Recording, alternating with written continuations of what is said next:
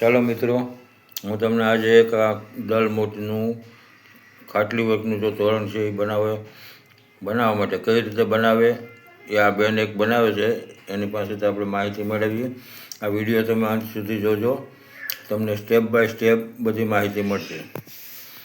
જો આ બેન આ ખાટલી વર્કનું તોરણ ચાલુ કરે છે. ખાટલી કઈ રીતે બાંધવી આપણે સૌ પ્રથમ એના વિશે જોઈએ. તો સૌ પ્રથમ ખાટલીમાં ગાંઠ મારવાની, જેથી એ ખાટલી તોરણ થોડુંક મજબૂત બને. હવે આપણે જે ખાટલીમાં આપણે જેટલા મોતી હોય તેનાથી 3 દોરા વધારે વાપરવાના. આપણે આને ખાટલીને કઈ રીતે મસ્ત પરફેક્ટલી બાંધવી એ પણ જરૂરી છે, જેથી તોરણ ઢીલું કે કઠણ ન બને. દોરા બહુ કઠણ હશે તો તોરણ કડક બનશે અને મોતી ઉપર મોતી ચડી જશે, પણ જો ઢીલું હશે તો પણ નહીં ચાલે. એના માટે આપણે પરફેક્ટ તોરણ જોઈએ. હવે એના માટે કઈ રીતના દોરા રાખવા એ હું તમને જણાવીશ. પહેલા આપણે બાંધી લઈએ દોરાને. દોરા બાંધતા વખતે ગણતા જવાના કે કેટલા દોરા છે. એના માટે પહેલા આપણે તોરણના મોતી ગણી લેવાના, એનાથી 3 દોરા વધારે રાખવાના.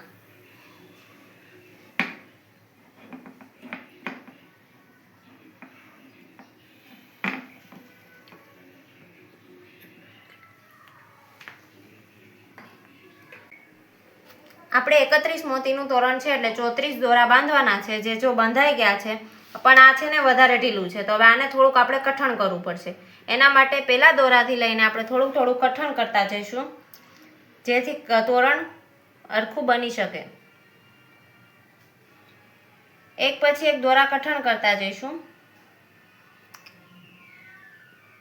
બહુ ઝાઝા કઠણ પણ કરવાના નથી.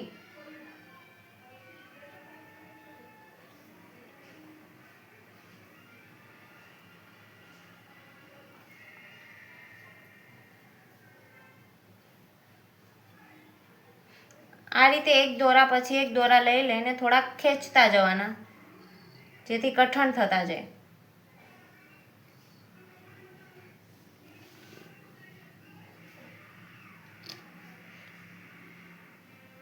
ઝાઝું કઠણ કરવાની જરૂર નથી.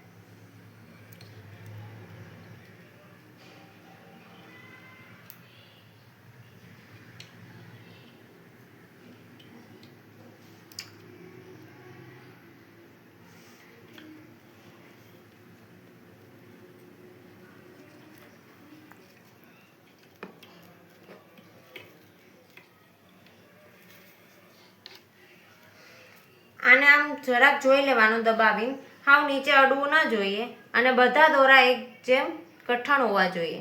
એકાદો ઢીલો એકાદો કઠણ એમ પણ ન હોવો જોઈએ.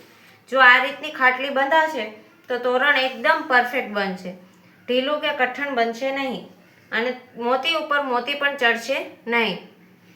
અને ખાટલીમાં ખીલી પણ મજબૂત હોવી જોઈએ, જેથી ચાલુ તોરણ બનાવતા વખતે ખીલીઓ કોઈ નીકળી ન જાય અને તોરણ બગડે નહીં. ખાટલી બંધાઈને તૈયાર થઈ ગઈ છે. અહીંયા ગાંઠું સરખી બાંધવી, જેથી તે છૂટી ન જાય, અને આ રીતના દોરા રાખવા, બહુ ઢીલા કે કઠણ ન રાખવા. મિત્રો, આ બેને જો ખાટલી બાંધીને કમ્પ્લીટ કરી દીધી છે. હવે એ બેન જે રીતે કહે છે કે ભાઈ માપનું ટાઈટ રાખવું એ રીતનું રાખ્યું છે. હવે આ જો તમને આગળનું જો તોરણ બનાવવાનું આગલા વિડીયોમાં તમને બતાવીશું. અને આ જો વિડીયો તમને સારો લાગ્યો અને આગળની માહિતી જોતી હોય તો તમે આમાં પહેલાં સબસ્ક્રાઈબ કરી દેજો.